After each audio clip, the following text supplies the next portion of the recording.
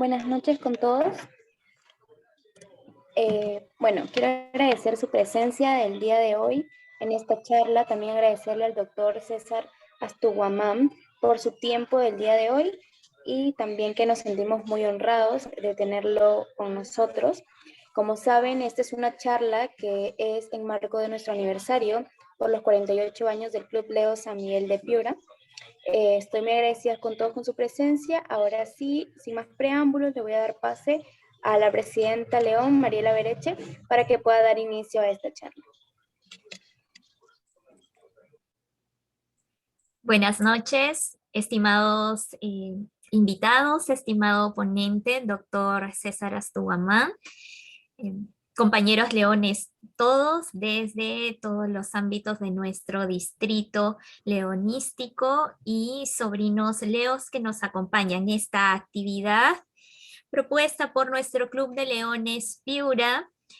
eh, Se enmarca en nuestra celebración de 48 años de creación del Club Leo San Miguel de Piura, a quien hemos patrocinado durante toda esta trayectoria y pues queremos seguir sirviendo a nuestra comunidad. También con el posicionamiento de estos temas tan importantes para reconocer la identidad que tenemos como región, como país. Y para ello nos acompaña el día de hoy el doctor César Guidebaldo Astuguamán González. Él es arqueólogo, licenciado con honores en la Universidad Nacional Mayor de San Marcos y doctor por University College London. Es profesor asociado del Departamento Académico de Arqueología y ha sido coordinador de la maestría en Arqueología de la Unidad de Posgrado y coordinador de dicho departamento en la Universidad Nacional Mayor de San Marcos. Tiene una larga experiencia en la dirección y asesoramiento de proyectos de investigación acerca de la civilización inca en el norte del Perú, especialmente en la Sierra de Piura. Es docente investigador en dicha universidad e integra el registro de investigadores de RENACE. Ha dirigido el proyecto integral AIPATE, el proyecto Capajñán del Ministerio de Cultura en Ayabaca, Piura, el cual ha sido inscrito en la lista de Patrimonio Mundial de la UNESCO en 2014. Ha sido director de la Dirección General de Patrimonio Arqueológico Inmueble del Ministerio de Cultura y ha sido supervisor de los expedientes técnicos e intervenciones arqueológicas en distintas obras de irrigación de Minagri. Ha organizado y participado en diferentes certámenes académicos nacionales e internacionales, con lo cual estamos seguros que esta charla y por toda la experiencia que maneja el doctor César nos será de mucha utilidad para conocer mejor la historia y la arqueología de nuestra región. Sin más preámbulos, invito al doctor César Astuguamán para que nos comparta esta interesante, emocionante e ilustrativa conferencia acerca de los incas en la Sierra de Piura. Bienvenido, César. Adelante. Bien, buenas noches. Gracias por la invitación, Mariela. Realmente estoy muy complacido de estar con ustedes nuevamente en línea en esta charla acerca de la Sierra de Piura. Yo empecé a investigar la región cuando estaba estudiando arqueología en San Marcos en el año 91. Fui mi PhD en Aipate buscando un lugar donde hacer mi tesis de licenciado. Bueno, mi familia es de Piura, como ustedes saben, de Yavaca, básicamente. Así que un poco contar un poco la historia de los incas es también contar historia familiar de larga data en la zona. Por esta razón me siento especialmente complacido que sea una entidad importante en Piura que me ha invitado a dar esta charla, la cual he estado encantado también. Y creo que al final podemos conversar de muchos temas también vinculados a los incas en Piura. Bien, entonces organicé esta charla en estas partes que están aquí conformadas. Es un poco varios temas para desarrollar. Trataré de ser lo más, digamos, gráfico posible para que se entienda completamente también. A nivel temporal, cuando hablamos de los incas, estamos hablando de un rango del año 1400 al año, el año de la conquista de los europeos, de Piura también. Y esto lo comento porque hay disputas sobre los incas cuando llegaron a la Sierra de Piura. fechados recientes están inclinando a pensar que hacia 1400 aproximadamente se produce la conquista de los incas, no solo de Piura, sino de la parte del Tahuantinsuyo. A nivel espacial, estamos en lo que se conoce como el extremo noroeste del Perú, que se puede ver en la parte de la derecha. Indica asimismo estas líneas de color azul que se observan, como la cordillera es más baja. Es una característica importante en la zona, la cual permite que el tránsito de la Amazonía hacia la costa sea mucho más fluido también. Justamente el tema natural me parece importante de abordarlo primero, digamos, sin este componente natural, quizá de la presencia inca y la presencia, digamos, previa de los grupos yacundos, se puede entender completamente. Importante es destacar el tema de la llamada depresión de Huancabamba, también deflexión de Huancabamba, porque en esta zona, eso de la cordillera, como ustedes pueden ver en el gráfico, hace un cambio en la orientación. Viene de sureste a noroeste y repentinamente cambia de orientación completamente de la cordillera, y esto también produce, por ejemplo, que esta franja desértica sea bastante extensa. Eso a su vez va de la mano con que la cordillera, que aquí se ve como la parte azul, es mucho más baja. Esas características son importantes porque no aparecen ni hacia el norte ni al sur de toda América del Sur también, y por eso es importante destacar esta característica que es el rasgo más importante, digamos, a nivel geológico de esta zona en la cual vivimos nosotros actualmente. Se pueden ver en este corte que está hacia el sur de Piura y va hacia la Amazonía. Ven ustedes cómo la cordillera alcanza picos relativamente moderados y también hay varias depresiones. Esto lo que está indicando justamente son zonas de tránsito, zonas de valles, zonas de tránsito fluido entre la parte de la Amazonía y también la parte de la costa. Pero también esta depresión, como se puede ver en este gráfico, hay varios corredores que desde la Amazonía hacia la parte de la sierra y también hacia la costa. Es algo completamente natural, pero este hecho natural es importante porque es una constante que se ve asociada a la ocupación humana de esta zona. Por ejemplo, en este gráfico se puede observar esta característica, que no solamente es una depresión o un corredor, sino que toda una serie de corredores, digamos, que conducen desde la parte de la Amazonía hacia la parte de la costa, digamos, recorriendo, atravesando también la cordillera de los Andes, que como comenté en esta parte, es bastante baja. Esto es importante tanto para el poblamiento de esta región, también para lo que es domesticación de animales y plantas, pero también para el control geopolítico de esta región. Entonces, es importante hecho que vamos a ver como constante en esta charla. Pero también esta zona, es el extremo noroeste, de las 11 ecorregiones que propone, por ejemplo, BRAC, tiene la mayor parte de ellas, como se puede ver, por ejemplo, en esta parte de la izquierda. Entonces, esta variabilidad ecológica se debe precisamente a la depresión o a la depresión de Huancabamba. Es la región que tiene la mayor variedad de ecorregiones, y es importante destacar nuevamente este hecho. Pero también cuando uno hace un corte, digamos desde la costa hasta la Amazonía, por ejemplo, también se puede observar una gran variabilidad climática, desde la parte del desierto piurano hasta la parte pues, del páramo, la parte cerca de las Guaringas, también hasta la parte de la Amazonía. Entonces, este hecho nuevamente, les he comentado en un inicio, es el que caracteriza, digamos, toda la región Piura y en particular la zona de lo que es la denominada Sierra Piurana. Es importante también referirnos que antes que nosotros investigáramos la zona, esta región había sido investigada por Humboldt, por Jufra, Hockenheim, Polía, incluso, por ejemplo, el año 2006, Baltimore Espinosa publicó una visita largamente esperada acerca de los guayacundos de Cajas. Entonces, esta visita, que se conocía hace buen tiempo, recién se dio a conocer relativamente hace poco tiempo. Entonces, solamente voy a referir unos cuantos investigadores que han trabajado en la región, empezando por Humboldt, que como se puede ver en este mapa a la derecha, hace este recorrido longitudinal de la parte del norte hacia el sur y recorre pues la parte de la Sierra de Piura, Lucarqui, Ayabaca, hasta Huancabamba, rumbo a la zona de Cajamarca. Y por ejemplo, Humboldt es quien describe el asentamiento inca de Cajas también, y también lo dibuja, tal como se puede en la parte de la izquierda. Entonces es un gráfico muy temprano, 1802 también, pero Humboldt da mucho valor a este sitio, en la parte fronteriza actual entre Huancabamba y Ayabaca.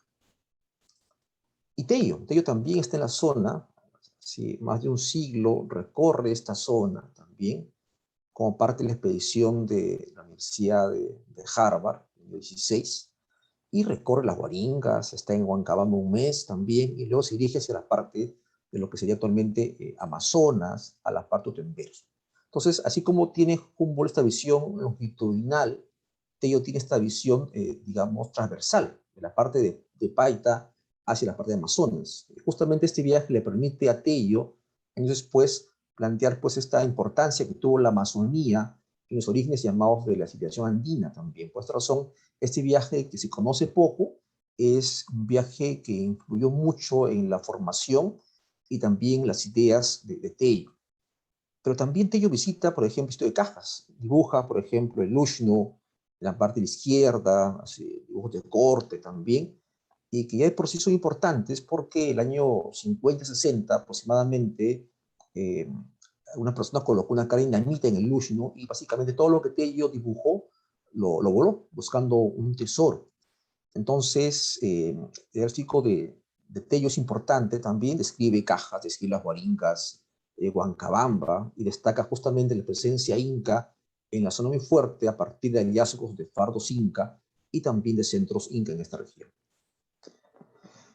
Mucha de lo que se conoce de los incas ha sido reconstruido a partir de mi historia. Por ejemplo, Waldemar Espinosa, Hockenheim, Polía, usan mucho en historia en esta región porque hay, digamos, información realmente temprana, abundante en esta zona. Por ejemplo, aquí hay una relación de Piura, que se escribe en San Miguel de Piura, el Valle del Alto Piura, pero por ejemplo describe también la Sierra de Piura, también. Entonces, hay una comparación entre lo que es la parte de la costa y la sierra, y se escribe pues todo lo que existía en esta región denominada la Sierra de Piura también. O también, por ejemplo, cuando se describe a las poblaciones locales, ya en el siglo XVI, se tuvo una relación de cómo vivían, algo así también, por ejemplo, Garcilaso de la Vega, aunque un relato mucho más estereotipado, por ejemplo, relata la existencia de 3 grupos que existían en la zona, que actuaban en forma confederada.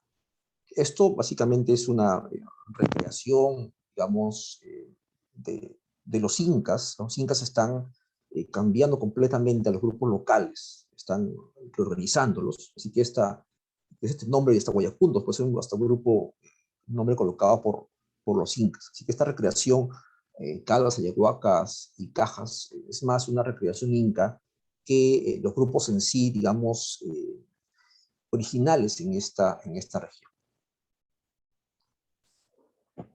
Entonces, estos grupos, tal como lo ha señalado, son grupos que tienen pues una importante procedencia amazónica, que es un poco la característica de esta región, justamente porque la cordillera es más baja.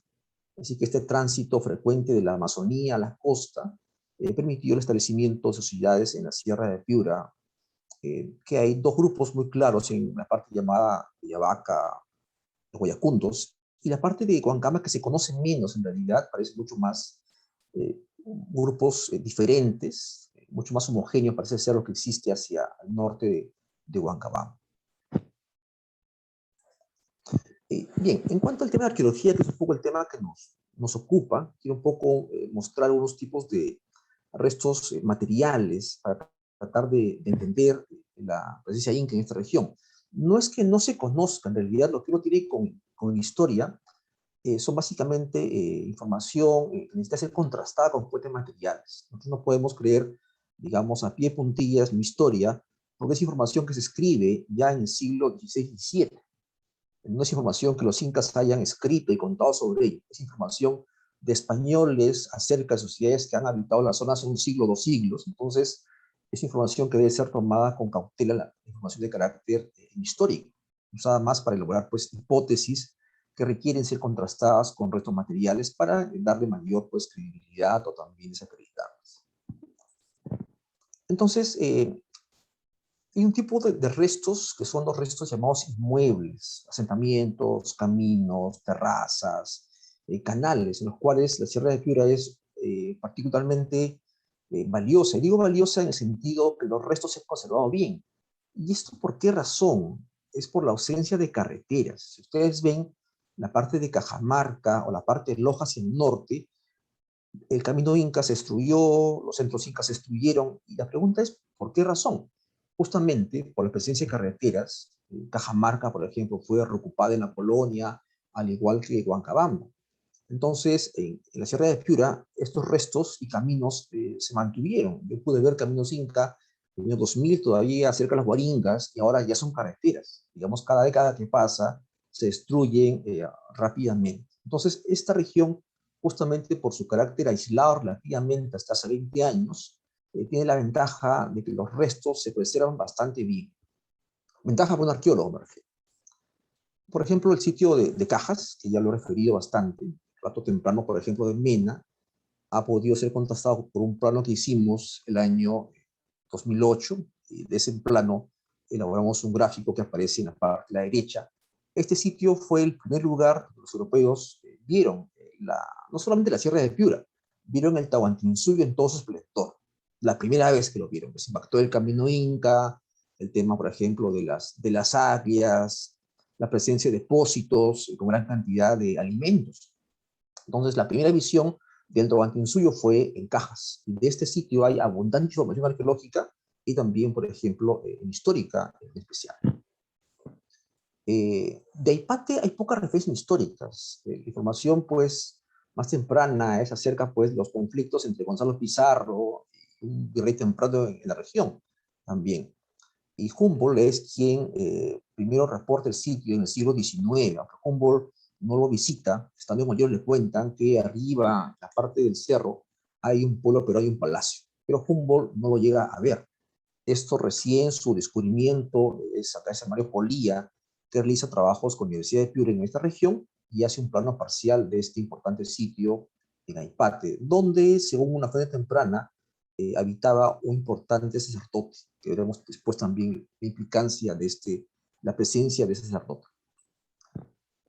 Mitupampa, por ejemplo, si yo me basara solamente en documentos históricos, Mitupampa sencillamente no existe. Ninguna fuente hace referencia a Mitupampa a nivel histórico, pero el sitio a nivel material existe. Un asentamiento cerca de la comunidad de Guaylas, en la parte de Sondor también, y Humboldt nuevamente lo reporta en forma temprana. Y también Polía excava en este lugar con el índice de aquellos años.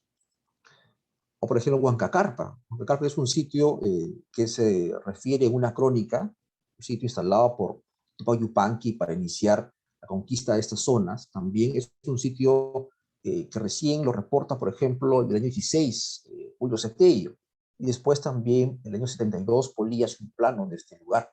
Bien. Entonces vamos conociendo, digamos, presencia de centros inca, pero también, por ejemplo, la presencia de sitios militares. Y estos sitios no se colocan en cualquier región, solamente en zonas muy complicadas, muy rebeldes también.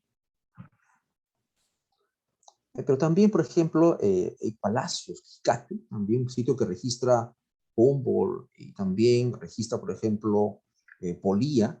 Es un sitio que es un palacio inca, ubicado hacia el noroeste de Huancabamba, también un sitio frecuente llamado Tambo. Digamos que la palabra Tambo le queda bastante corta, es un palacio inca.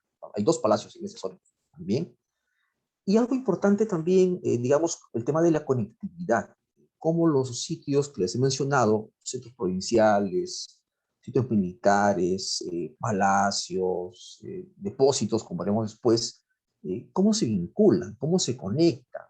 Y un poco el tema clave es el tema de los caminos. O sea, los caminos son lo que definen mejor si es un asentamiento inca o no lo es. Y esta zona, por ejemplo, si es el león que recorre gran parte de Tahuantinsuyo, él compara los caminos que observa en la Sierra de Piura como los 5 mejores que él vio en todo el Tahuantinsuyo. Algo le llamó la atención. Pero cuando uno va al campo, digamos, no encuentra generalmente caminos, vamos a llamar, pues, empedrados, tipo Machu Picchu, otras regiones. Este camino que se ve en la parte de derecha es el camino Inca. Y es camino Inca no tanto porque tenga roca empedrada, muro de contención, sino es camino Inca porque conecta dos centros Inca. Conecta Poechos y conecta el sitio de Cajas también. Pero ustedes lo verán a la derecha, dicen, pero no veo aquí piedras, no veo rocas. Pero lo importante es que conecta los centros. Este camino pasa por la zona de la meta andina también. Aquí está vista de esta mesta andina, que se la pone la parte de la zona en color gris, es una zona estratégica, es una zona de cruce llena de depósitos, caminos también, y se encuentra en el camino que va desde Puechos a la parte de Cajas. Está marcada la foto aérea, y también pues estas vistas al costado del río San Pedro. Y el camino no es pues una línea solamente, en realidad es muy parecido al tema de los subterráneos, me refiero al metro, conexiones, desvíos, también es toda una red de caminos, no solamente un camino, digamos, que une la costa y la sierra, al contrario, hay caminos que ni siquiera se puede ver una línea, pero cuando uno lo ve en detalle en la zona, pues descubre que hay caminos que van a otras regiones también. Y un poco el elemento clave para ver si es un camino es que esté asociado a asentamientos incas. Vimos centros provinciales, vimos también sitios militares, pero hay un tipo de sitio, digamos, más ampliamente extendido, más ampliamente vinculado por los centros, que son los depósitos. Los depósitos, siendo mucho más modestos, es el mejor indicador que estamos frente a un camino inca. Por ejemplo, en la parte de la izquierda inferior hay un depósito reocupado en el presente, pero ese depósito se encuentra en las Pilcas, justamente en el extremo de la llamada meseta andina. Y el camino, pues, así como pasa por la parte de la meseta, también puede recorrer zonas cálidas, por ejemplo, el río Huancabamba, también zonas cálidas, toda una red de caminos, partes de valles, partes altas. Por ejemplo, como relata que esta zona la recorrió, la tuvo que cruzar en total cerca de 30 veces, porque el camino ya por parte se ha colapsado completamente. O sea, antes el camino que iba por una parte se mantenía. Cuando el camino colapsó, ya en la colonia, pues la gente que llevaba carga no le quedaba otra que bajar al río, a la derecha, a la izquierda, y así como lo hizo, también se ha hecho en forma posterior. Asimismo, esta amplia red caminera, como comenté, pues está vinculando terrazas de cultivo, depósitos también. Como se puede ver en este gráfico, en la parte de la derecha, vean ustedes que hay una mayor profusión de centros Inca en la parte de entre Aipate, Cajas, Huancabamba. Y uno dice, ¿pero por qué razón? Aquí hay como un estrechamiento del camino, por ejemplo, en amarillo, el camino de los llanos, y también un camino verde, que es el camino que pasa por la ceja de selva. Y vean ustedes, en comparación nuevamente, como aquí se forma como una cintura, un estrechamiento también, y la razón cuál es de esta presencia masiva de caminos, centros en esta región. Aquí sobrepuesto el mapa que les comenté al comienzo, el mapa, por ejemplo, el color azul, es, digamos, la cordillera de los Andes. Vean ustedes cómo se observa en este gráfico, cómo los caminos que están colocados aquí en escala justamente están siendo distribuidos sobre la parte de la cordillera de los Andes. Por esa razón, este hecho geológico natural implica que este tipo de caminos y centros sean colocados en esta zona. Si ustedes contrastan lo que pasa de la Sierra de Piura hacia el norte o hacia el sur, se dan cuenta que los caminos están mucho más espaciados. Si revisan lo que pasa en la Sierra de Piura, vean que hay una mayor densidad de centros y caminos. Y eso se debe justamente a que la cordillera es mucho más baja en esta región. Por ejemplo, aquí colocado los caminos en la parte de los llanos, desde Tumbes, Lineal, Poechos, Piura la Vieja, y también el camino que pasa por la zona de la ceja, por la parte de la Sierra de Piura, Calvas, Ipate, Cajas, Huancabamba, Milpampa, es decir, todo lo que es la Sierra de Piura. Pero vean a su vez que tienen ustedes caminos que van de la parte de la costa hacia la parte de la sierra. Y también caminos que van de la parte de la sierra hacia el este, hacia la parte de la Amazonía también. Y esos caminos, por ejemplo, aquí se puede ver un camino punteado que fue el que siguió Humboldt. Y este camino que Humboldt siguió es también un camino inca. De Ollavaca y luego, por ejemplo, aquí se desvía el camino inca y ingresa a la parte de Llanta en esa zona. Entonces, muchos caminos coloniales fueron reutilizados también en la zona de Piura durante la colonia. Nuevamente viendo el camino de la sierra en contraste al camino, por ejemplo, de la ceja de selva, ven ustedes que hay también caminos que están yendo desde la zona de la sierra hacia la Amazonía. Entonces, vean cómo la sierra articula caminos de los llanos y también, por ejemplo, caminos de la zona de la ceja de selva. Pero a su vez, vean cómo están pues relacionándose caminos que vinculan estas dos rutas importantes que son de carácter longitudinal. Como comenté, un importante tipo de resto material son el tema de los depósitos. En este artículo de Casaverde y López también, en la cual también Miguel Cabrera, que está creo que de los participantes en esta sesión, también ha participado, se registran muchos sitios que tienen un patrón ortogonal, como si fuera pues un emparrillado.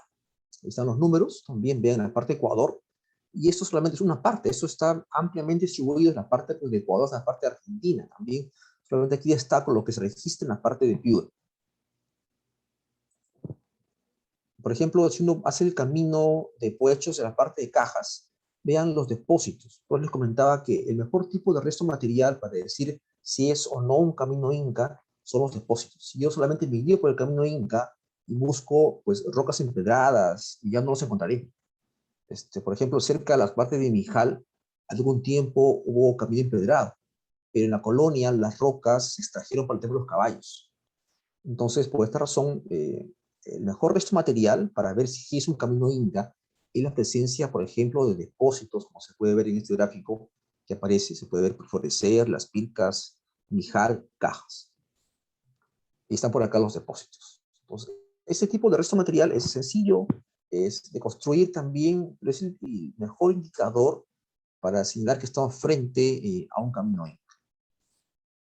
Y también, por ejemplo, depósitos en centros como Ipate o Cajas. De entrada del lugar se encuentran hileras de depósitos. La Ipate mide como 100 metros, con 10 hileras por 2 son 20 en total. Y esto se encuentra al ingreso de cada centro provincial. Son depósitos en el fondo.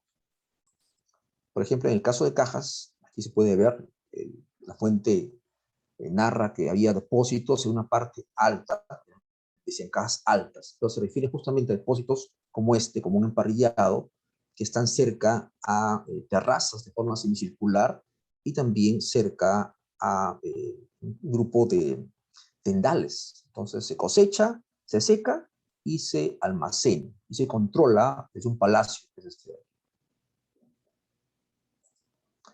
Y aquí está un poco digamos, los lugares con depósitos en la Sierra de Piura, cuántos depósitos, y encontramos algunas constantes, múltiplos de 4, múltiplos de 7, múltiplos de 10, y esto no creo que sea casual, o es un tema de carácter funcional, o es un tema de carácter, digamos, temporal. Algo nos dice la repetición de números en los depósitos en la Sierra de Piura.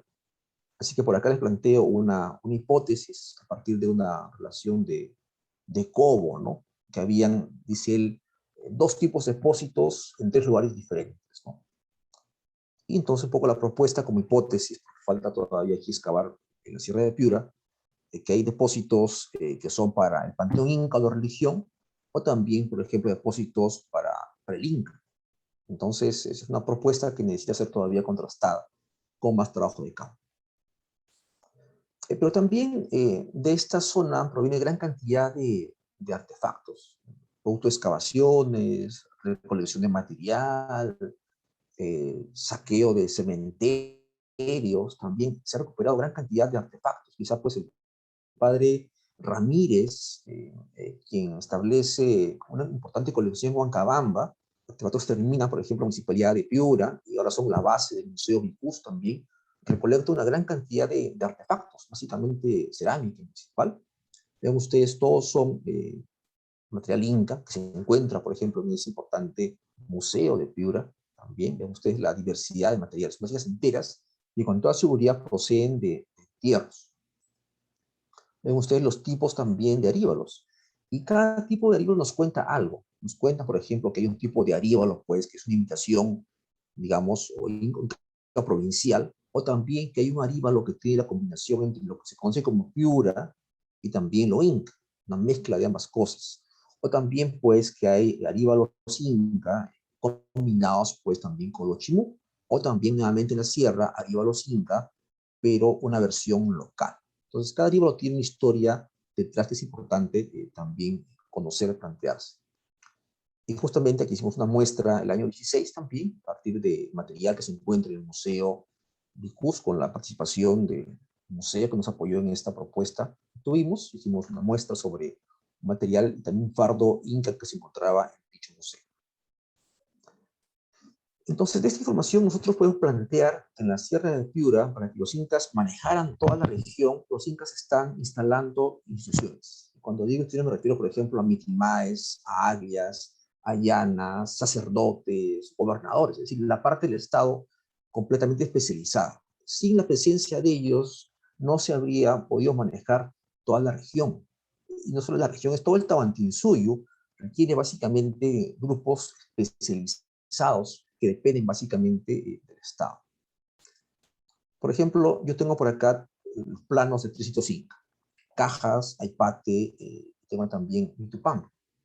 La pregunta es, ¿dónde estaban, por ejemplo, los mitimaes? ¿Dónde estaban las aglias? ¿Dónde estaban los llanas? ¿Dónde vivía el gobernador de cada provincia?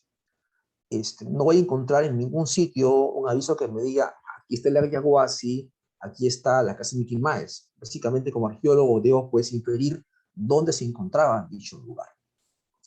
Y parte de esto se puede hacer porque tengo información histórica. Por ejemplo, para Cajas y Huancabamba, tengo datos muy precisos de cómo era, no me dicen dónde estaba, pero sí me dicen, por ejemplo, cuántas mujeres había. Huancabamba, como ustedes saben, se destruyó la colonia, la Inca me refiero. De Yahuaca no hay información detallada, excepto solamente para la parte de Anónimo, en la zona de Yahuaca, pero tengo información en la parte, por ejemplo, de Cajas. Están por acá las fuentes escritas, con mucho detalle en la parte, por ejemplo, de Cajas, bastante detalle también. Y a partir de ello, y también a partir de nuestro levantamiento de Cajas, nuestra propuesta fue que el sector que se observe, el más grande, homogéneo, fue, por ejemplo, el Ayahuasi de Cajas, que permitía, digamos, dar albergue a un rango entre 100 a 500 mujeres. Es el sector más grande y homogéneo y habría servido justamente para hacer el Ayahuasi de Cajas. Entonces, esa es nuestra propuesta en cuanto a la institución que habitó este importante lugar en la parte de la Sierra de Piura, que es donde los españoles las ven por primera vez, aparte de Tumbes. Igual, por ejemplo, en el caso de Aipate, el lugar más grande, más homogéneo, es justamente que aparece en este gráfico, en la parte inferior. Y es el que se conoce, el que está puesto en valor a la fecha. Entonces, nuestra propuesta es que esto fue una Villaguas, un lugar donde las mujeres hacían comida, chicha, textiles, pero también tenían otra función importante que veremos también a continuación. Es el lugar de acceso más complicado cerca del tema de la plaza. Y también, por ejemplo, en la zona de Mitupampa. Ahí está el sitio, la Villaguasi de Mitupampa, bien cercado, cerca de una plaza, todo completamente aislado de otro tipo de acceso. Este lugar fue mapeado por nosotros, excavado también, hemos obtenido fechados de carbono en la zona, fechados así concretos de la ocupación última inca, a partir de granos de maíz. Tenemos fechado de cuándo aproximadamente este lugar fue, digamos, la última ocupación que tuvo con los incas. Y ahí está por acá el tema de la comparación de Ayahuasis, Cajas, Aipate y Tupán. No son exactamente lo mismo, pero ustedes podrán ver, pues, algunas constantes, ¿no? un lugar cercado, cerca de una plaza, y esta recurrencia de un espacio que tiene 7 recintos. Y esta explicación de por qué tiene 7 recintos es porque era el lugar donde el Coricancha era reproducido en cada Quilihuasi. Entonces ahí se rendía culto a Viracocha, sus rayos, el sol, la luna, en su versión, digamos, el sol de verano y también del invierno. Bien, aquí está, en cada lugar había un bulto, una imagen de cada deidad, la cual pues era cuidada por un águila.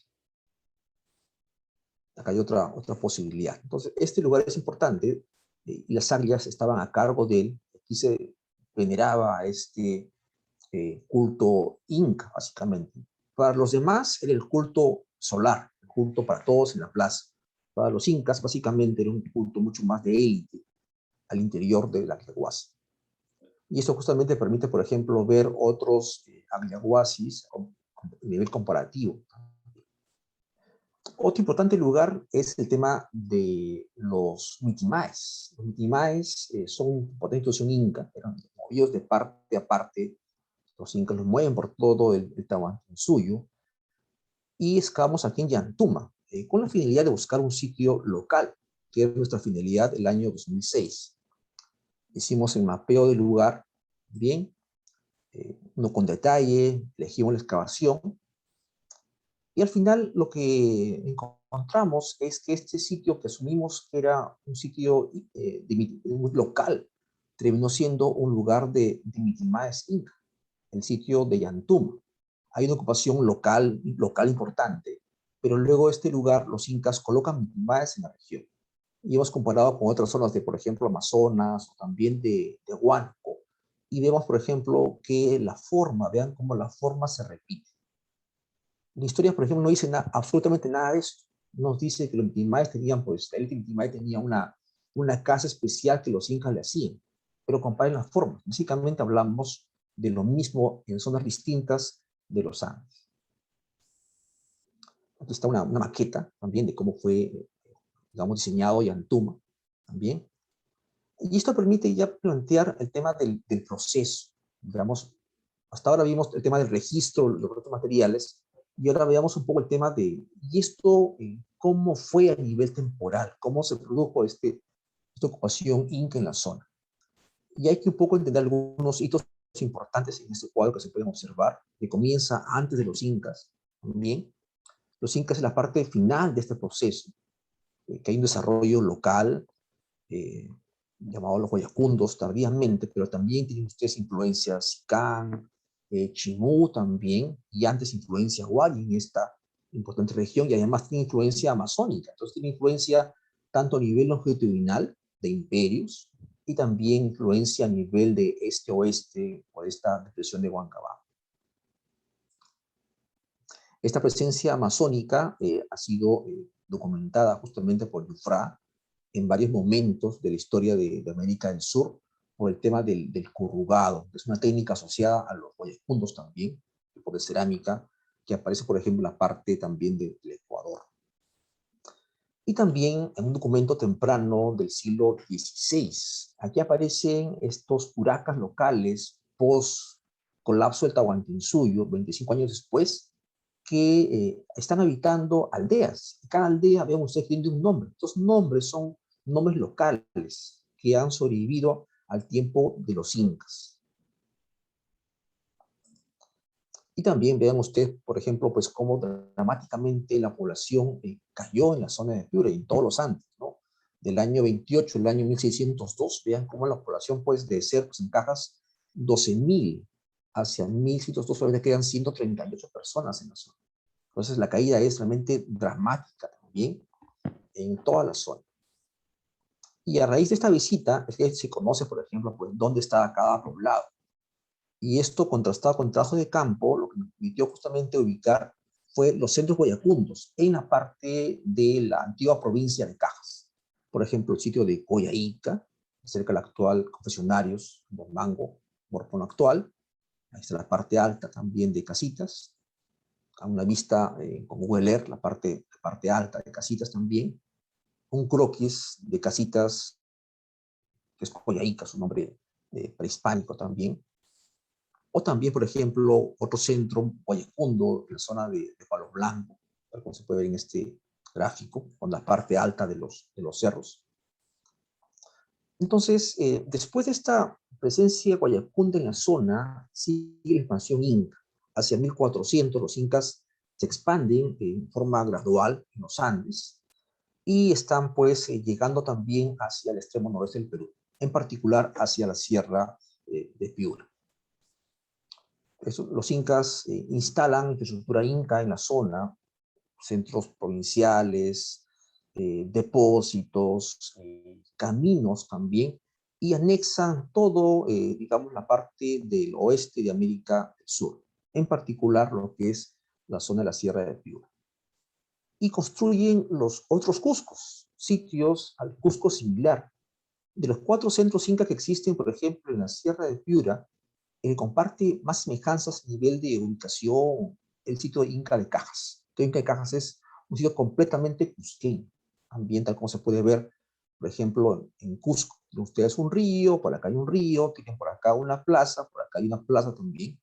Entonces, las formas sin ser exactamente iguales, el sitio de Inca de Cajas tiene más semejanzas con el Cusco que, por ejemplo, en comparación a Ipate o también con Huancabamba, otros, Huitupampa también. Otra forma de entender también es el tema de la ocupación. Digamos, la secuencia de ocupación es una palabra de los arqueólogos que usamos para decir que usted fue ocupado varias veces. Cuando uno va al sitio de Aipate, ve el Ushnu, ve el edificio en esta imagen, pero lo que usted está viendo aquí es la última ocupación inca, la parte final de la ocupación inca. Pero este edificio se ha excavado y sabemos que debajo hay otro edificio.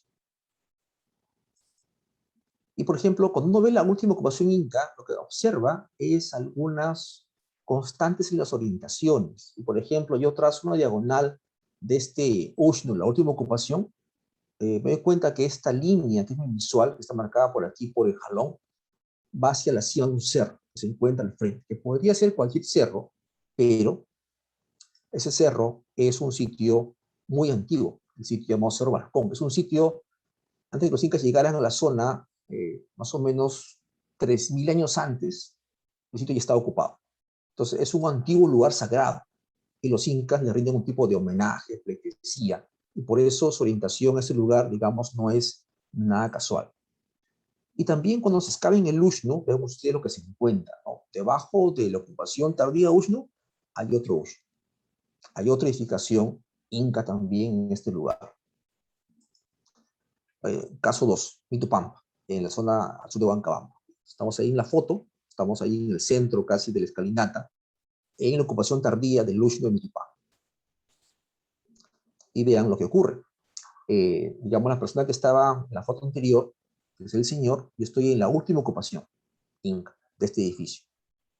Esa ocupación marcada en color azul es precedida por una ocupación de color amarillo que se encuentra en esta línea. Vean cómo cambia la orientación del edificio que se encuentra en este lugar. Antes de este edificio que está aquí en amarillo, habían aquí 2 felinos tallados en roca, que es la ocupación más temprana. ¿Qué es lo importante en este gráfico elaborado por Polía? Lo importante es que estas 3 ocupaciones fueron hechas por los incas. Todo este edificio tiene ocupación inca, desde la más temprana hasta la más tardía. Entonces nosotros estamos viendo aquí en la parte final 2 terrazas que básicamente los incas han hecho en la parte final de ocupación de este monumento. Y está aquí los felinos que les comenté. Entonces, estos felinos son felinos hechos por los incas. Y una constante es que vean los felinos están orientando su mirada hacia un lugar. Los dos. El tema de la mirada no es casual. Y esa mirada que ellos tienen es hacia la cima del cerro. El cerro llamado Cerro Negro, que se puede ver en este gráfico. Y esto nuevamente nos hace llevar el tema de los incas están aliándose con deidades que habitan los cerros. Entonces, el tema de la orientación hacia el este, el oeste, tiene que ver justamente porque algunos edificios, en particular los Ushnus, están orientados hacia la morada de algunas deidades. Y vean ustedes cómo en la Sierra de Piura van a encontrar el topónimo Parecaca, Yenahuanca, Paratón. Y son antiguas huacas que los incas están generando y también hacen con ellos alianzas en esta región. Otro elemento importante para el tema de entender la seguridad de ocupación es los caminos. Así como hay un camino tardío que se conduce actualmente desde la parte inferior, la parte de la Plaza de Ipate, hay un camino inca temprano que se encuentra en este lugar. Era tan temprano que la gente, digamos, del presente había olvidado que existía ese camino. Nosotros lo encontramos hacia el año 2012 también, y hemos mapeado el camino, lo hemos seguido, ya un poco se puede ver aquí el camino de color azul, vean que tiene otro recorrido. Ese camino también iba paralelo, también entraba a la plaza y también se perdía por partes también, y ese camino más tardío lo reemplazó en algunas porciones.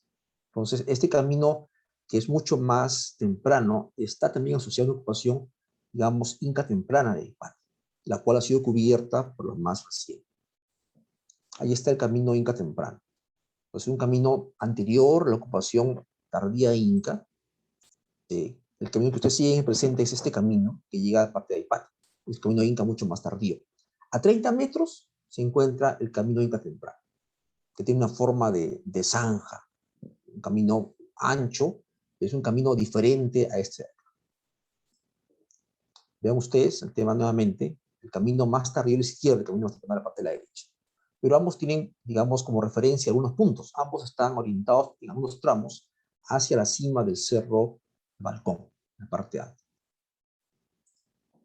Igual ocurre, por ejemplo, en el caso de Cajas. Encontramos la misma idea, también el mismo material. Dos caminos, digamos, uno más temprano que otro. Aquí se puede ver el camino inca tardío, pero el camino inca temprano está pasando por aquí, en esta zona. Entonces, nuevamente vean la constante en cuanto al tema de la ocupación por caminos.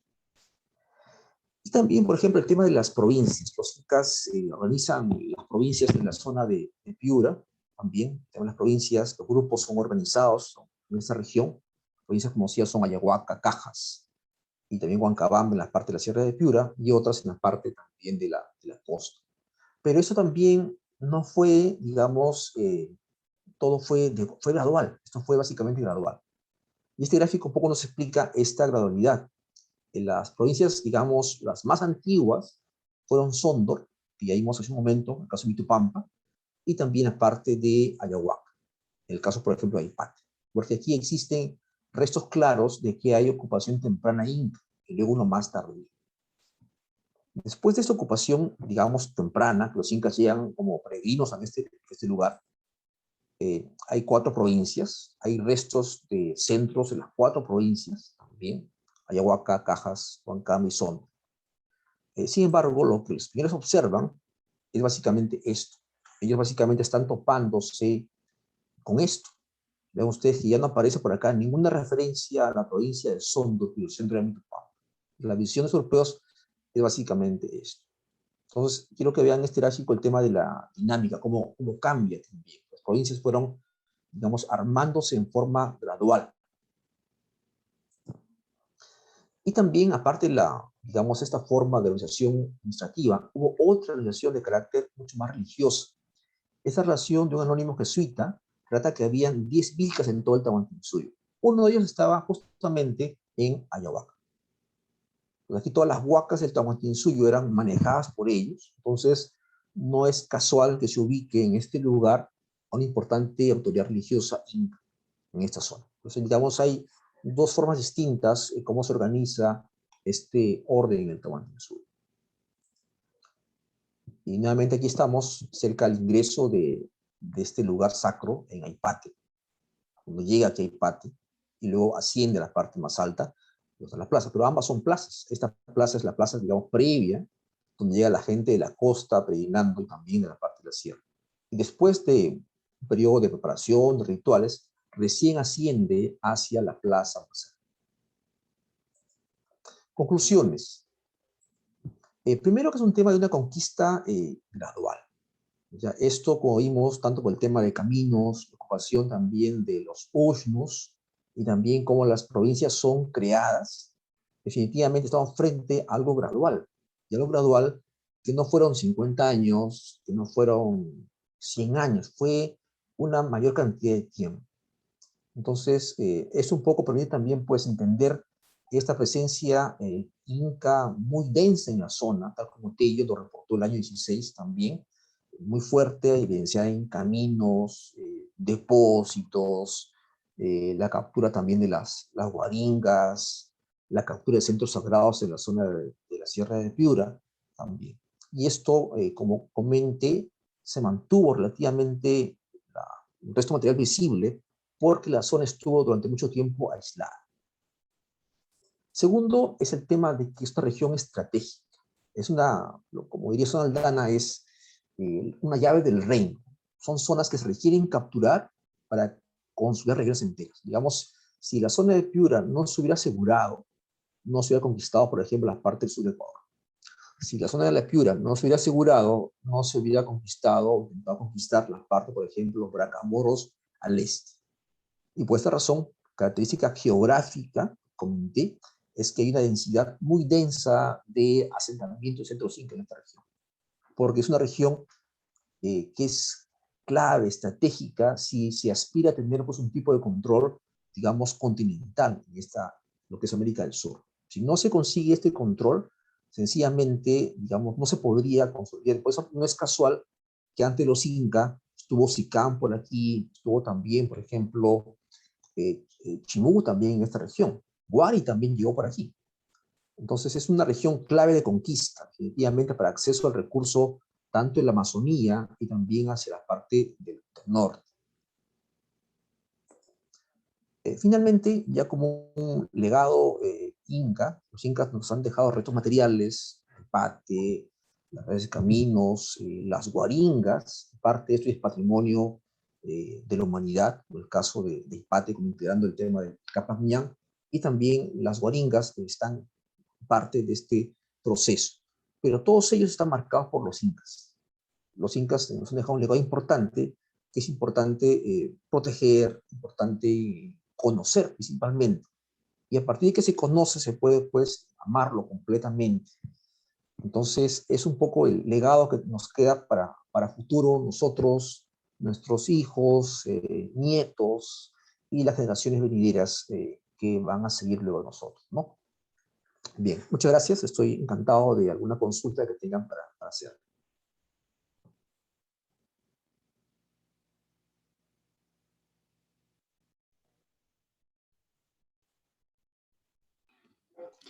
Bueno, muchas gracias, doctor César Astuguamam, por su tiempo y su dedicación en esta charla. Le doy pase ahora a la presidenta León, Mariela Bereche, nuevamente. Sí, gracias, Danielita. Si alguien tiene alguna pregunta para el doctor, yo quisiera trasladar inicialmente, César, una pregunta que nos han dejado a través del Facebook Live, por donde también estamos transmitiendo esta conferencia. Elisa Merino nos indica qué razón lo lleva a incluir Tumbes dentro de la esfera Tayán. Bueno, el tema Tayán es un tema que requiere discusiones, digamos, mayores. Es un grupo que no se conoce bien. Hay todo un debate en torno a la ubicación Tayán, es un grupo que aparece en las crónicas tempranas.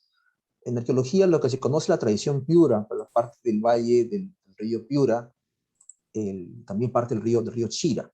Pues esta relación entre el grupo, vamos a llamarlo pues, el histórico Tayán y la cultura material Tayán, todavía requiere más investigaciones. En realidad, ahí hay todavía mucho por hacer.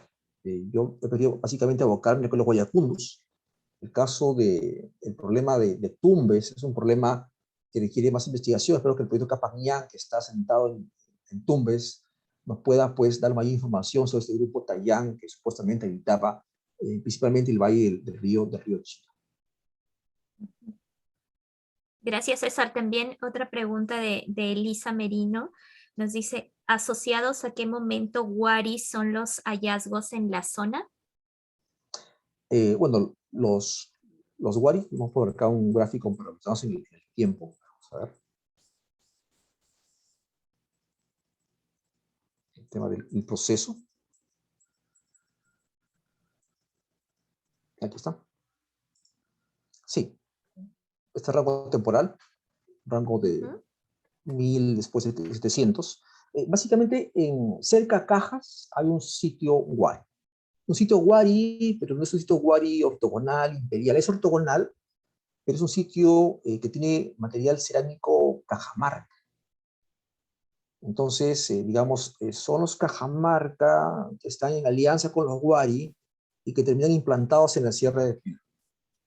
Hay dos sitios similares en esta región, o sea, son camino también de este periodo. Es posiblemente el centro Wari más hacia el norte que existe en todo el actual Perú. Los predios de Cajamarca también, que hay presencia Wari importante en cuanto a asentamientos en esta región. Entonces, digamos, si uno lo ve a nivel espacial, cerca a Cajas, tiene usted la presencia inca en Cajas y también la presencia Cajamarca, Huari en esta región, que es además un punto de paso importante entre el norte y el sur también. Muy bien, gracias César. Por aquí Andrés Carrión nos indica, buenas noches doctor, una consulta. ¿Hay algún problema de AIPATE con respecto a la construcción actual de la carretera a Huamba? Sí, efectivamente, todos los proyectos que se hacen en sitios de patrimonio mundial requieren, según el RIA 2014, un programa de investigación arqueológica, todo tipo de intervención. Se hace en el contexto de un programa, eso es lo que la norma dice. En particular, todo lo que son las obras en arqueología a nivel, obras de construcción, requieren, por ejemplo, un PMA, que es un plan de monitoreo arqueológico, para justamente evitar afectaciones. Entonces, toda obra financiada por quien sea requiere un arqueólogo que esté pues al pie del Caterpillar para evitar cualquier afectación. En particular a IPATE, porque IPATE es patrimonio mundial, ni siquiera es, digamos, patrimonio de la nación, patrimonio mundial. Entonces, sí, allí hay un tema que tiene que solucionarse porque lo que ya mostré, un poco lo quiero mostrar nuevamente, el tema de esta presencia, digamos, en IPATE, de este ingreso a IPATE, este camino al ingreso en la cual se puede ver en este gráfico, en la parte de la derecha, ¿no? Esto que aparece, pues, un lugar llano, que aparece aquí en este cruce de 4 caminos, es en realidad una plaza de carácter ritual. Entonces, lo que la carretera quiere hacer es llegar y colocar, pues, la carretera que pase por este lugar. Pero esto, usted ve en este gráfico, aquí se puede ver en color rojo, esto es la zona de máxima protección. Y justamente en esta esquina, aquí se encuentra la plaza. Entonces, al hacer eso, lo que se estaría afectando sería justamente un patrimonio mundial, ni siquiera de Perú, patrimonio de la humanidad. Y hay soluciones. En realidad, nadie se pone al tema del progreso. La carretera se puede hacer bordeando esta zona de la poligonal y continuar la parte, por ejemplo, de Guam. Esa sería la solución a nivel de ingeniería. Pues, todo comienza en realidad cuando uno hace la parte técnica. El técnico que se hace para cualquier obra debe evaluar ese tipo, por ejemplo, de restos materiales, en particular IPATE, porque es ampliamente conocido. IPATE, Patrimonio Cultural de la Humanidad, de la Nación, tiene registros públicos, inscripción. Entonces, ya si le pasa a IPATE, le puede pasar a cualquier sitio, definitivamente. Sí, de hecho, para comentar un poco, por ejemplo, en los años que estuvimos documentando el Camino Inca en Huancabamba, por ejemplo, un tramo del Camino Inca de Huancabamba desapareció después de la investigación porque pasaron una carretera sobre el trazo del Camino Inca.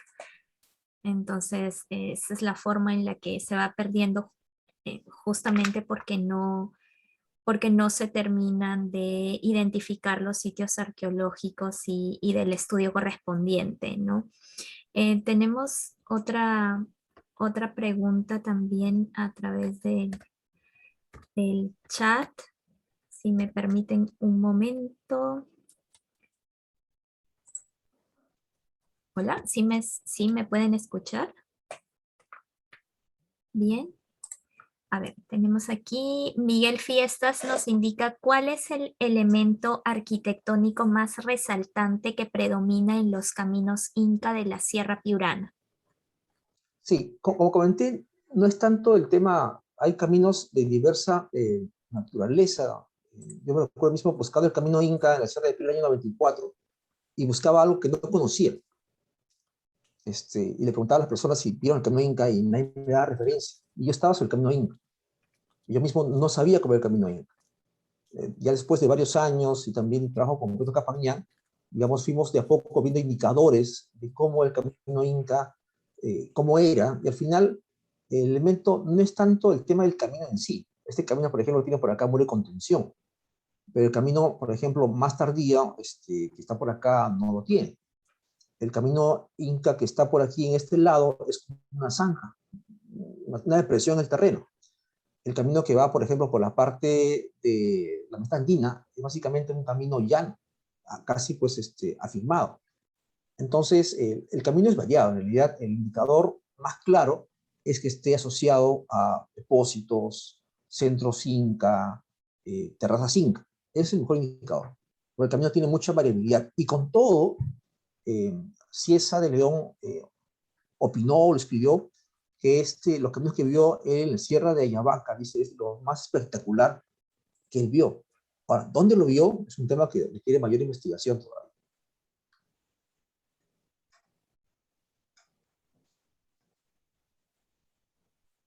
Muy bien. No sé si alguien más tiene alguna pregunta dirigida al doctor. Pueden usar el botón de reacciones para solicitar la palabra también, si lo desean. Bien, César, yo quisiera enfocarme un poco más en el tema social. ¿Qué supone para las poblaciones adyacentes a los sitios arqueológicos convivir con estas expresiones culturales o con estos vestigios arqueológicos? ¿Qué supone para ellos? En algunos lugares yo escuchaba que era problemático porque no podían construir, pero también he escuchado de otras poblaciones que para ellos es muy importante estar cerca de estos sitios por el desarrollo turístico.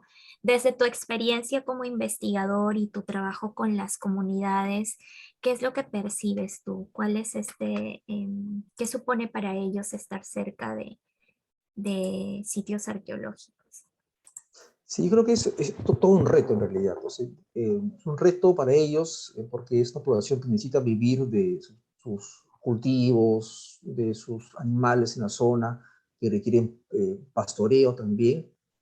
Pero también el hecho de que les queda a ellos, digamos, también muy claro que han comprado una tierra o han heredado una tierra que tiene, digamos, restos materiales anteriores a las compras que ellos hicieron también. Entonces, es un sentimiento contradictorio. Lo he visto, digamos, incluso en una comunidad también, digamos, ver cómo ha ido variando la posición de la comunidad frente al patrimonio en el lugar.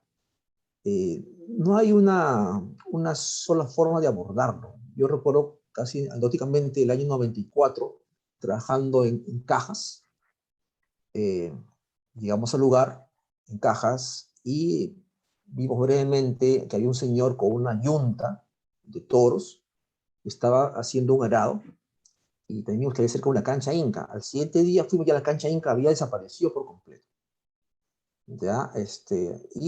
Tuvimos que hablar seriamente con el señor, explicarle que había toda una serie de normativas sobre el tema del patrimonio arqueológico y el sitio, digamos, se ha protegido relativamente bien, ya desmantelado en gran parte por los herederos de esa zona. Entonces, sí me parece importante el tema del conocer. El tema del conocer me parece valioso, por eso saludo este tipo de reuniones que están haciendo ustedes. Sí creo que se debe conocer, se debe difundir también. En el caso, por ejemplo, de Hispata, tenemos un registro gráfico de los años 60, 70, donde se ven a todos los pobladores que en ese tiempo eran jóvenes, trabajando con Polía, con nosotros en los años 90 también para adelante. Entonces yo creo que el tema de de involucrarse con las comunidades, escucharlos, tener también una visión en conjunto acerca de qué esperan del monumento en 20 años, tener esta apertura, no de imponerles, digamos, una visión de fuera, sino construir una visión compartida, me parece, por ejemplo, importante, tal como se hizo en el caso de IPATE con Diana Aguirre, el proyecto también de la IPATE. Sin embargo, el proyecto de IPATE, por ejemplo, ya no está en IPATE, está en Ayabaca. Entonces, ahí ha habido un avance y también, por ejemplo, un retroceso. Es importante evaluar también a qué se debe, ¿no? Lo que sí quiero destacar, que lo que hay en la parte de la Sierra de Piura no existe ni hacia el norte ni hacia el sur, que ya se destruyó por el tema de la expansión, pues, de carreteras, que es, a mi entender, digamos, el mayor riesgo al patrimonio son las carreteras. Entonces, sí, yo creo que es importante, es todo un reto con los países que hacen sus tesis en esta zona, también para examinar el rol de las comunidades en esta región, cuál es un poco su visión de los monumentos también, casos de estudios específicos en AIPATE en particular y publicaciones también. Y sí creo importante, digamos, que la comunidad esté involucrada. La comunidad lo que quiere básicamente es trabajar. Eso es algo muy puntual. La comunidad quiere un beneficio del monumento en el cual están viviendo. Entonces, tengan un trabajo, ellos lo van a cuidar. Si no, lo van a ver como algo completamente extraño a ellos y, por lo tanto, digamos, sujeto a potencial destrucción también. Yo creo que el tema de la coordinación, escuchar a las comunidades es importante. Porque solamente las comunidades que están en el lugar van a ser la principal entidad que lo van a proteger. Por favor, gracias, César. Andrés Carrión, ¿puedes activar tu audio, por favor? Gracias. Sí, ya, muy amable. Muchas gracias. Gracias, doctor César, por esta magnífica exposición. Y bueno, yo quisiera realmente insistir en el tema que acaba de mencionar. Si bien es cierto que nos da la oportunidad de poder acercarnos más y tener también esa esperanza de poder crecer a través del turismo, pero la carretera ya, por ejemplo, la que están construyendo ahorita de Yanchalá hasta Espíndola, ya está cruzando por parte del camino de Capañán que queda en las Pircas, o sea, por el toldo. Y por otro lado, lo que le preguntaba con respecto a lo de Aipate, que usted muy bien lo ha explicado, pero ¿quién es el que qué deberíamos hacer para detener o para cambiar en el tema como acaba de decir la señorita? Porque si dejamos esto, pues de aquí a un par de años, simplemente tenemos de recuerdo nomás por dónde pasaba un camino inca o por dónde ha sido parte de ese material arqueológico que nos pertenece. ¿Quién podría salvarnos en este caso? Gracias, doctor. Gracias. No, gracias, don Andrés, por sus preguntas. Sí, yo creo que aquí es el tema de los gobiernos locales. Definitivamente, digamos, aparte de los caminos del Estado, otra importante fuente potencial de patrimonio en la zona son los gobiernos locales. Hacen obras sin tener planes de monitoreo arqueológico, sin expedientes técnicos que vean el patrimonio en qué parte está. Y además, por norma, les compete el tema de la protección del patrimonio que se encuentra en su protección. Porque he trabajado Mariela en Huancabamba también, entonces conoce un poco que la entidad importante en la zona, la que está por norma vinculada al tema de patrimonio a nivel provincial, es el gobierno provincial de cada región. En este caso, Huancabamba con Ayabaca. El Ministerio de Cultura tiene presencias puntuales, digamos, en Aipate puntual, pero, por ejemplo, no tienen proyecto Capañán, en Mitupampa, o tampoco en Cajas también. Creo que sobre Aipate sí tiene mucho que opinar y también acciones que tomar con relación al tema de Aipate, pero en todo lo demás es una competencia del gobierno local, le compete por norma también. Entonces, sí, eso yo creo que el tema de la educación es importante. El tema usted imagínese, por ejemplo, que cada municipalidad tenga este gráfico que aquí le muestro, que sepa el camino por dónde va, y que al hacer su obra, su plan de dónde colocar la carretera, caminos, pues sepa que está frente a un camino único. Hay un tema también, en parte de desconocimiento, y también en parte también de inacción. En realidad son varios casos. Podría contar Mariela como, por ejemplo, vio un camino luego de su estudio y al año siguiente ya no estaba también. Curiosamente, el tema de Capañán post-99, cuando se comienza a recorrer, es donde más se ha visto destrucción de caminos incas. Entonces, digamos, es el efecto contrario esperado. ¿No? Espera pues que el Capañán, que es este camino que va pues, de Quito hasta Cusco, se proteja en 20 años, pero ha pasado todo lo contrario. Entonces, algo tan básico como el tema del registro, la declaratoria, el centro físico legal, es lo que menos se ha hecho. Yo creo que hacia ese punto debe orientarse el trabajo por hacer.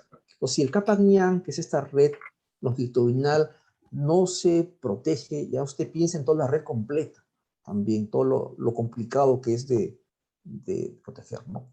Así que esperamos que para un futuro cercano la Sierra de Piura tenga su ejecutora a nivel de caminos Inca, centros Inca, pero también, por ejemplo, que exista en Piura una escuela de arqueología, que está importante, porque todo esto pasa por no conocer, por un tema de que no se conoce, no se difunde, no hay una conciencia sobre el tema del patrimonio arqueológico. Por eso es importante que en Piura exista una escuela de arqueología, porque toda la base del turismo cultural en el Perú se sustenta en la presencia de restos materiales que se puedan poner en valor.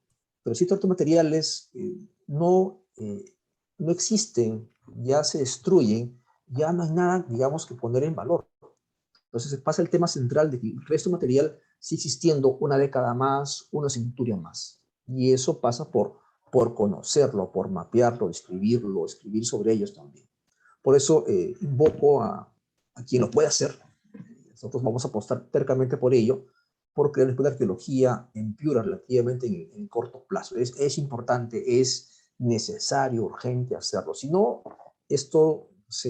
todo lo que vimos hace, pues, atrás 3 décadas, en 2 décadas más, ya habrá cada vez menos y menos y menos. Y cada camino, cada sitio que se destruye, es básicamente una página menos de la historia de Piura, en particular la parte de la historia, por ejemplo, prehispánica de todo Piura.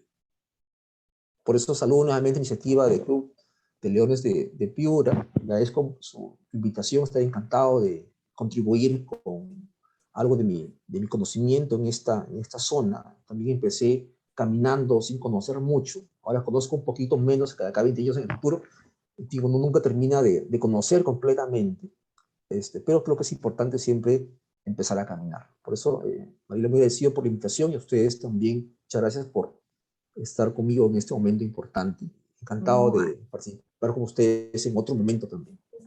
No, a ti, al contrario, César, sabemos cuánto de tu experiencia. De hecho, alguna vez hemos caminado juntos en algún momento por algunos tramos del camino y ha sido también para mí una experiencia importante y valioso conocer de primera mano el camino Inca y poder reconocerlo en algunas zonas.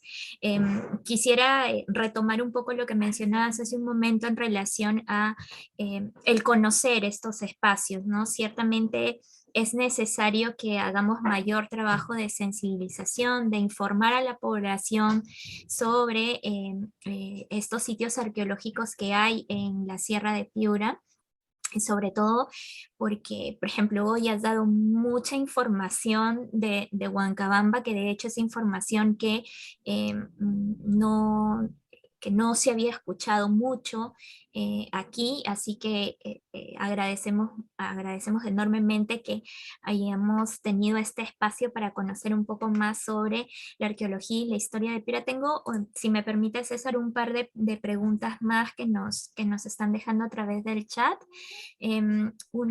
Quizá un mayor alcance acerca de quiénes fueron los guayacundos y cuánto ha afectado por ejemplo, cuánto afectan las lluvias, los fenómenos del Niño a los sitios arqueológicos. Esos son los dos puntos que nos indican por el chat.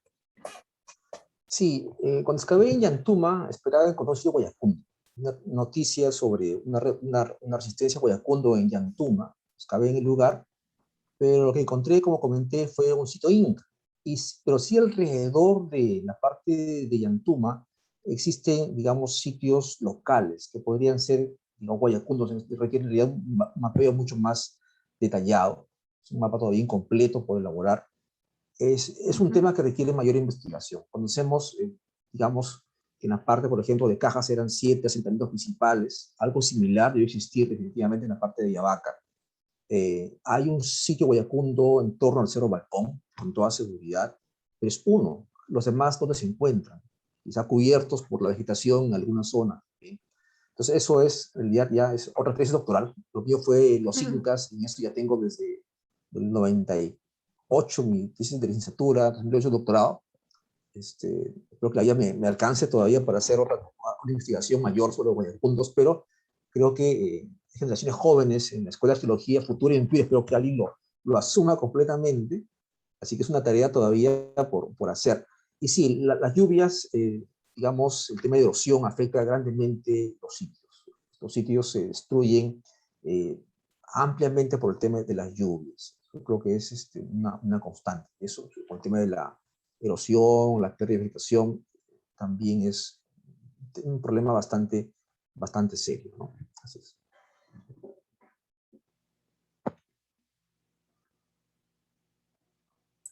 Bien, ¿tenemos alguna pregunta más? Pueden usar el botón de reacciones o, o ya pueden activar sus audios ahora si lo desean. ¿Sí, no? Muy bien. Blanquita. Compañera Blanca, Sí. adelante.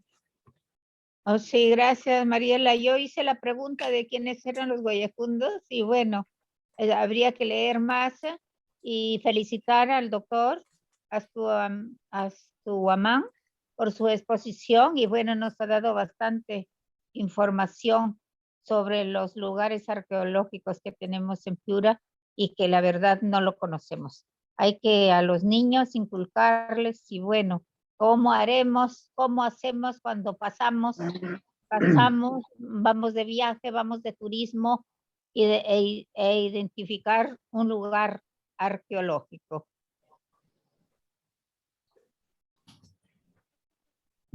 Muchas gracias por su comentario, señora Blanca. Te decía, este grupo de Guayacundo es un grupo de procedencia amazónica, pero tiene una característica. Es un grupo amazónico asentado en la Sierra de Piura que está lidiando con imperios. Lidia con Huari en el sentido de enfrentarse, en el sentido de sobrevivir con Huari, lidia con los incas, lidia con los españoles también. Algo similar, por ejemplo, también ocurre en la parte del Alto Piura. Son grupos que están acostumbrados a lidiar con imperios. Los imperios pasan, los grupos quedan, pero van cambiando en el proceso, van recreándose. Y justamente es en este proceso de enfrentarse a entidades foráneas, como se puede ver en este gráfico, entidades foráneas, hablo pues Huari, Cajamarca, Sicán, Chimú, los incas, los europeos, ¿ya? Y en este lidiar cada vez van recreando sus identidades. ¿Ya? La última entidad que se conoce fue el nombre Guayacundos, en el caso de los incas. No sabemos si era el nombre tal como se llamaban a sí mismos o es el nombre que los incas están colocando a ellos. Eso no es todavía claro. Pero el tema Guayacundo requiere una investigación, digamos, mayor. Básicamente hemos llegado a ubicar los sitios en la parte de la provincia antigua de Cajas. Falta ubicarlos en la parte de Yavaca, falta mapearlos, falta excavarlos para conocer un poco más. Es una investigación que espero que algún joven estudiante, futuro licenciado, doctor de acá, 5 o 10 años, tome la posta y lo haga, porque es una investigación importante, mayúscula, pero pues son, calculo, 20 años de investigación y al final podrá tener mucho más claro al hacerlo seriamente. Así es. Nuevamente yo les agradezco por todo su tiempo. Así es. Encantado de contribuir algún otro día. Les adelanto que estaré en febrero en Piura, para dar varias charlas en Piura, en la ciudad, y así que estaré encantado de coordinar con el Club de Leones para todas las coordinaciones respectivas, para dar charlas en Huancabamba, Yavaca, porque todo comienza con la región, con las localidades. Ahí está el tema central. Si no se conoce ese nivel, pues definitivamente no esperen que de Lima vengan las soluciones, ¿no? Todo comienza para trabajar con las localidades. Así que encantado de seguir con ustedes coordinando. Nuevamente, mi agradecimiento a todos por su paciencia y esta invitación tan importante para mí. Bien, gracias. A ti también. Muchas gracias, César. A nombre de el Club de Leones Piura, con 74 años de servicio, y de nuestro Club Leo San Miguel de Piura, que hoy celebra sus 48 años de creación. agradecemos enormemente tu tiempo y esta excelente disertación en relación a la presencia inca en Piura. Agradecemos también la presencia de los docentes del Colegio Santa Rosa, los docentes del Colegio Sagrados Corazones. También agradecemos a nuestros sobrinos leos, nuestros compañeros leones que nos acompañan desde Casma, Trujillo, Chiclayo, Tumbes también he visto por aquí, nuestros compañeros leones también de Cayetano Heredia de Catacaos, de Ignacio Merino, Almirante Miguel Grau. Muchísimas gracias por su presencia también. A los amigos que nos han acompañado esta noche. Queremos que esta información sea de utilidad para ustedes, pero también que puedan transmitirla. Esta información va a quedar en Facebook para todos ustedes. Les agradecemos por su presencia esta noche y los invitamos también a seguir participando de nuestras conferencias que damos a conocer a través de nuestra plataforma de Facebook Live, de Facebook, Instagram, también de nuestro Club Leo y de nuestro Club de Leones. Muchísimas gracias a todos.